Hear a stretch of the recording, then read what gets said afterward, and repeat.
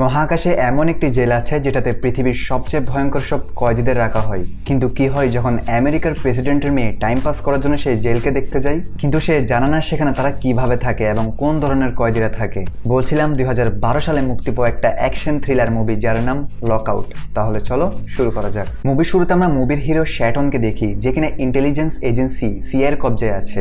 যদিও শ্যাটন সেই কোম্পানিতে কাজ করে, তারা তাকে টর্চার করে জিজ্ঞেস করে নিউ ইয়র্কে সেই হোটেলের রুমে কি হয়েছে সত্যি করে বলো। আর যখন তাদের টর্চারের সীমা পার হয়ে যায় তখন সে তাদের সত্যি কথা বলে দেয়। ফ্ল্যাশব্যাকে আমাদের দেখানো হয় কাল রাতে শ্যাটন 4 জন লোককে গুলি করে দেয়। তারপর সে তার বন্ধু ম্যাসকে কল করে বলে এখানে এগুলো কি হচ্ছে।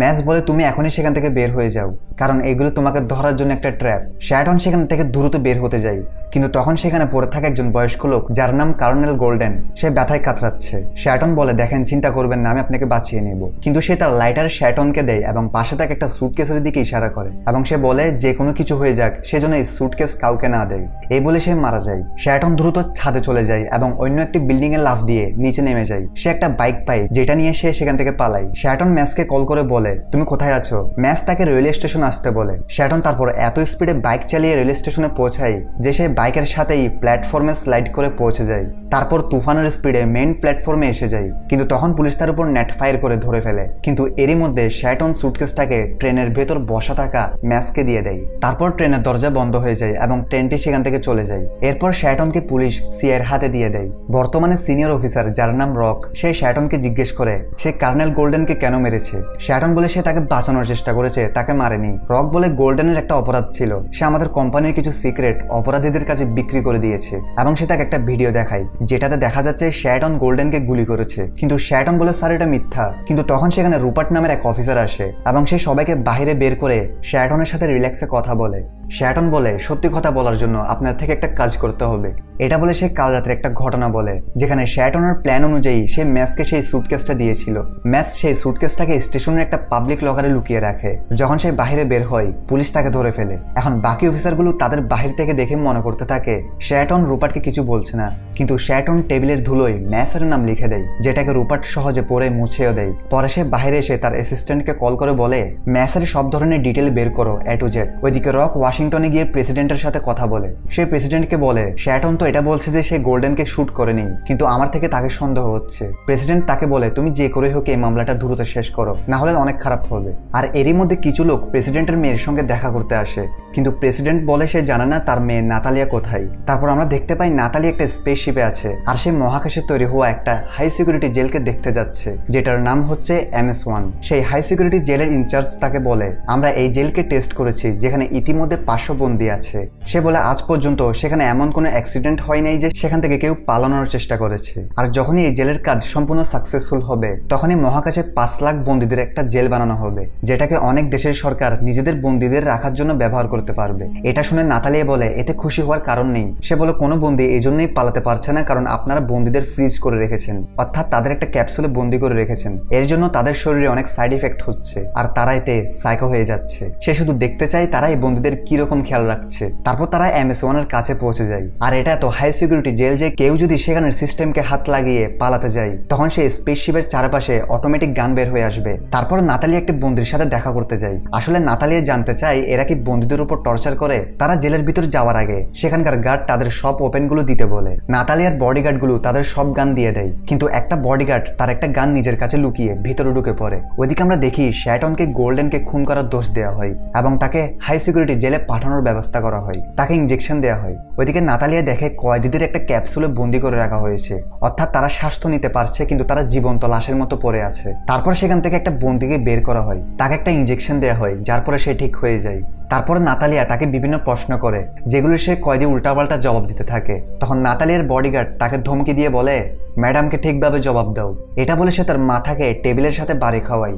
তখন হাইডেল বলে আমাকে এখানে ভয়ঙ্কর একটা অপরাধের জন্য বন্দী করা হয়েছে, কিন্তু তুমি জানো সেটার আগে আমি কি করতাম?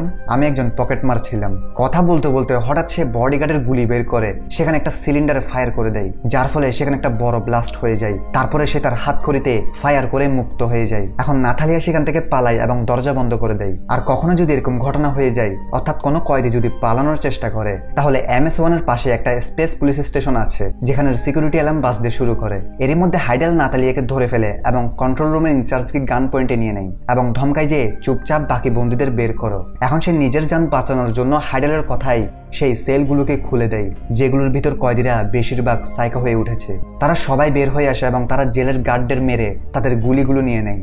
তখন নাতালিয়ার বডিগার্ডের হুঁশ আসে। তারা দ্রুত রককে কল করে বলে এখানের সব বন্দীরা জেলকে নিজেদের কন্ট্রোলে নিয়ে নিয়েছে।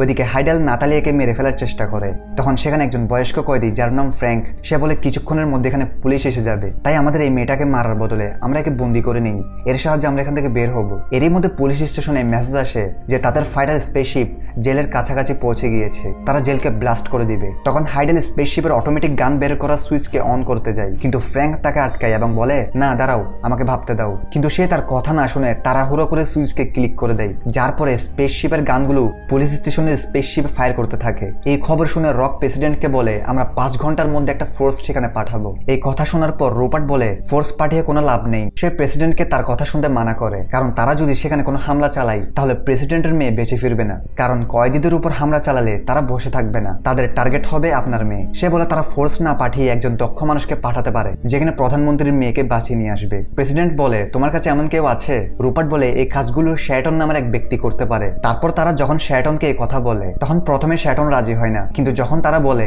এতে তার বেল হয়ে যেতে পারে তখন সে রাজি হয়ে যায়। এখন শ্যাটনের মিশন হচ্ছে সে MS-1 এ থাক নাতালিয়াকে বাঁচিয়ে নিয়ে আসবে আর MS-1 এর 5 তলায় গিয়ে স্কেপ পড থেকে তাদের পৃথিবীতে ফিরে আসতে হবে। এরপর তারা শ্যাটনকে কিছু ওয়েপেন দেয় এবং একটা ঘড়ি দেয় যেটার মধ্যে একটা সিক্রেট ম্যাপ আছে। সেই ম্যাপের সাহায্যে শ্যাটন স্পেসশিপের 5 নম্বর ফ্লোরে পৌঁছে যাবে যেখানে তারা পালাবার সরঞ্জাম পেয়ে যাবে। এদিকে আমরা দেখি একটা কয়েদি বাইরে যাওয়ার জিদ করে, তখন ফ্র্যাঙ্ক তার সাথে লড়াই করে তাকে মেরে ফেলে। ফ্র্যাঙ্কের হাতে আঘাত লাগে, সেজন্য সে একটা ডাক্তার খুঁজতে থাকে। নাতালিয়া হোয়াইট কোট পরে থাকায় তারা তাকে ডাক্তার ভেবে নিয়ে আসে। আর এরই মধ্যে রক, রুপার্ট এবং তাদের টিম মহাকাশের পুলিশ স্টেশনে পৌঁছে যায়। তাদের MS-1 থেকে একটা ভিডিও কল আসে যেখানে ফ্র্যাঙ্ক বলে যদি এই মেয়ে এবং তার সাথে আসার সব লোকদের চিন্তা করো তাহলে আমাদের এখান থেকে বের করো আর পৃথিবীতে পৌঁছাবার ব্যবস্থা করো। তখন শ্যাটন বলে এরা জানে না তারা যে মেয়েটিকে বন্দি করে রেখেছে সেটা প্রেসিডেন্টের মেয়ে। তো যাই হোক, কিছুক্ষণ পর ফ্র্যাঙ্ক আবার কল করে বলে এই নাও তোমাদের সিকিউরিটি গার্ড, একে আমরা এমন ভাবে জমিয়ে দিব যেভাবে তোমরা আমাদের জমিয়ে রেখেছো। সেই গার্ডটা বলে তোমরা এমন করো না, আমি তোমাদের একটা গুরুত্বপূর্ণ কথা বলতে পারবো। সে বলে সেই মেয়েটা ডাক্তার নয়, বরং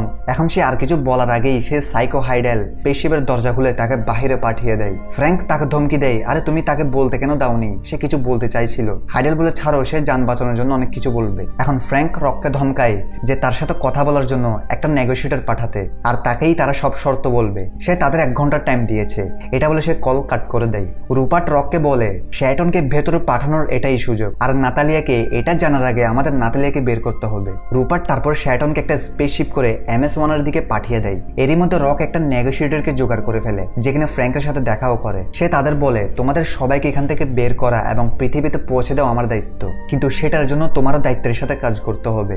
এটা বলে সে ফ্র্যাঙ্ককে একদিকে নিয়ে গিয়ে বলে এখানকার 500 কয়েদিদের আজাদ করে পৃথিবীতে নিয়ে যাওয়া সরকারের জন্য অসম্ভব। তুমি চাইলে তুমি এবং তোমার কিছু সাথীকে সরকার আজাদ করার জন্য রাজি আছে, কিন্তু এর আগে তোমার থেকে সরকারকে দেখাতে হবে তুমি ভালো হয়ে গেছো। সেজন্য কমপক্ষে একজন হস্টেজকে আমার সাথে পাঠিয়ে দাও। যদি হস্টেজের মধ্যে কোনো আহত হয়ে থাকে তাহলে তাকে পাঠিয়ে দাও।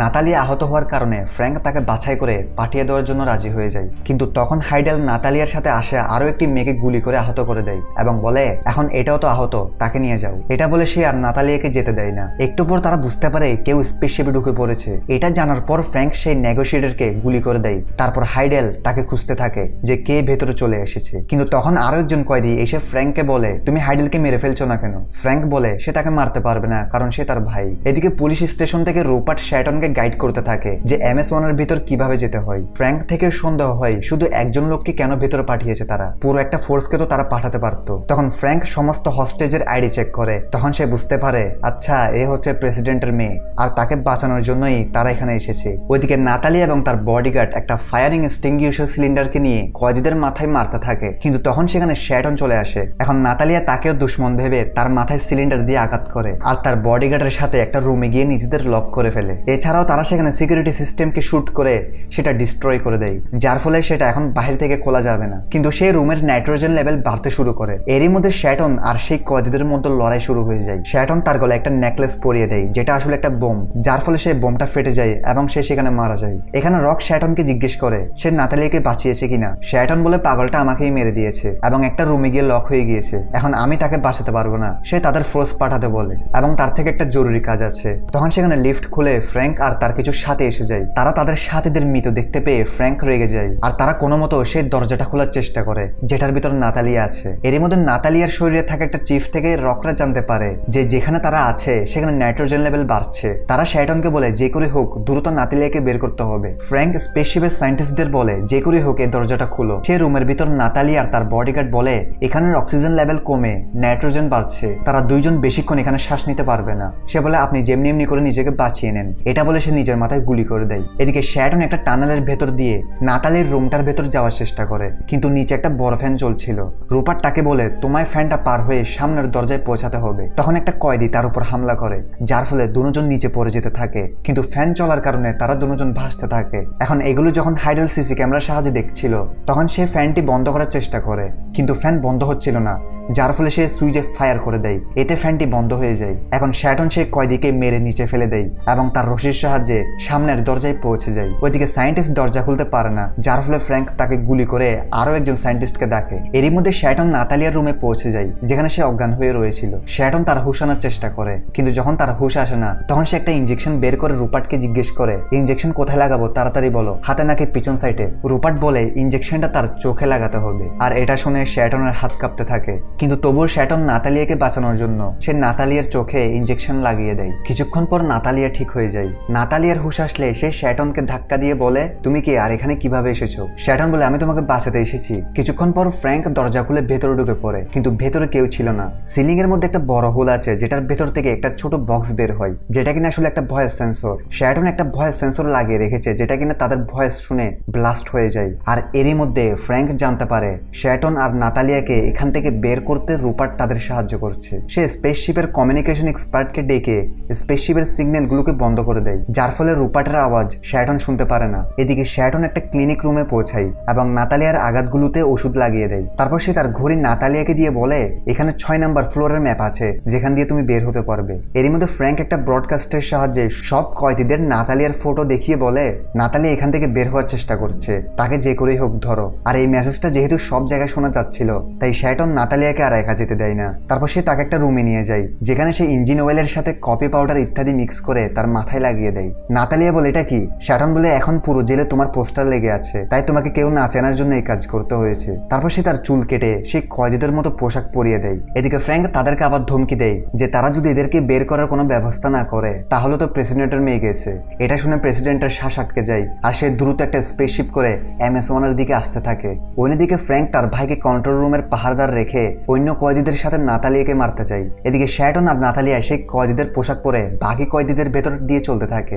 একজন কয়েদি তাদের বিরক্ত করছিল, তখন শ্যাটন তাকে মেরে নাতালিয়াকে নিয়ে পালিয়ে যায়। কিছু কয়েদি যাদের কাছে গুলি আছে তারা তাদের উপর শুট করতে থাকে কিন্তু তারা কোনো মতো পালিয়ে একটা রুমের সামনে আসে এবং দরজার লকে গুলি করে সেটা খুলে ফেলে। সেখানের ভিতর শ্যাটন ম্যাক্সকে দেখতে পায় যাকে কিনে স্পেসে পাঠিয়ে দেওয়া হয়েছে। শ্যাটন ম্যাক্সকে সেই বক্সের ব্যাপারে জিজ্ঞেস করে কিন্তু ম্যাক্স এমন অবস্থায় ছিল যে তার থেকে কিছু মনে আসছিল না। কেন একটু পর বুঝতে পারবো। এর মধ্যে কয়েদিগুলো তাদের দরজা ভাঙতে থাকে কিন্তু তারা সেখান থেকে কোনো মতে 6 নাম্বার ফ্লোরে চলে আসে। তারপর তারা পালানোর সরঞ্জাম খুঁজতে থাকে কিন্তু তখন হাইডেল কন্ট্রোল রুমে কোনো ভুল করার কারণে একটা স্যাটেলাইট তাদের স্পেসশিপে ক্র্যাশ করে। শ্যাটন আর নাতালি একটা রুমে পালিয়ে যায় এবং সে দরজা এমার্জেন্সির কারণে দ্রুত বন্ধ হয়ে যায় যার ফলে ম্যাক্স বাইরে রয়ে যায়। শ্যাটন দরজাকে খোলার অনেক চেষ্টা করে কিন্তু সে খুলতে পারে না। এদিকে ম্যাক্স অদ্ভুত ভঙ্গিতে কিছু বলার চেষ্টা করে কিন্তু তাদের কিছু বুঝে আসছিল না। নাইট্রোজেন লেভেল বেশি হওয়ার কারণে ম্যাক্স বাইরে ফ্রিজ হয়ে মারা যায়। এদিকে স্পেস পুলিশ স্টেশনে অ্যালার্ট আসে যে স্যাটেলাইট MS-1 এ ক্র্যাশ করেনি বরং MS-1 স্যাটেলাইটে ক্র্যাশ করেছে, অর্থাৎ MS-1 এখন তার কন্ট্রোল হারিয়েছে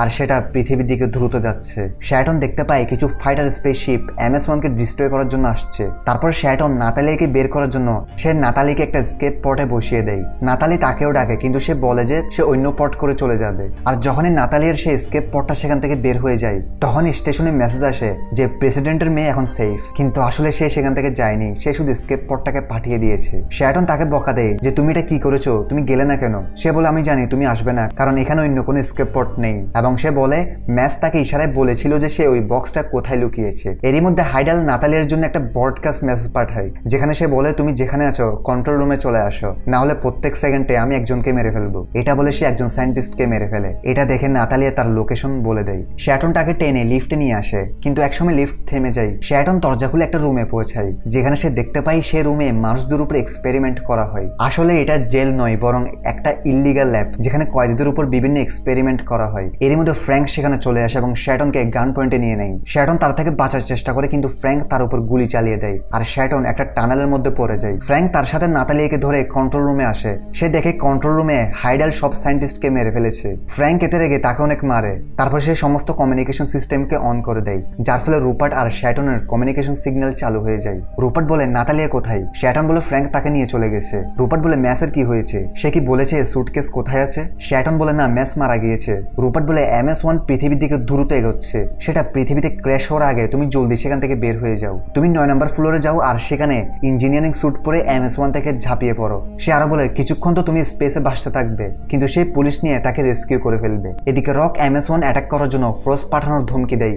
জবাবে ফ্র্যাঙ্ক বলে যদি তুমি এমন করো তাহলে আমরা সবার আগে তো প্রেসিডেন্টের মেয়েকে মেরে ফেলবো এবং এরপর সবাইকে। রক প্রেসিডেন্টকে বলে আপনি আমাদের ফোর্স পাঠানোর অনুমতি দিন, কিন্তু প্রেসিডেন্ট বলে আমি পারমিশন দিব না, আমার মেয়ে MS-1 আটকে আছে আর আমি তো তার জান নিতে পারবো না। রক বলে আপনার থেকে মনে নেই যে সংসদের বিধান অনুযায়ী যদি কোনো প্রেসিডেন্ট জনগণের সুরক্ষাকে গুরুত্ব না দিয়ে নিজের পরিবারকে গুরুত্ব দেয় তাহলে সে আর প্রেসিডেন্ট থাকে না, অর্থাৎ আপনি আর প্রেসিডেন্ট নন। তারপর সে তাকে প্রমাণ দেখিয়ে দ্রুত MS-1 এর দিকে হামলার নির্দেশ দিয়ে দেয়। তারপরে সেই ফাইটার জেটগুলো মিলিয়ে MS-1 কে অ্যাটাক করার জন্য যায়।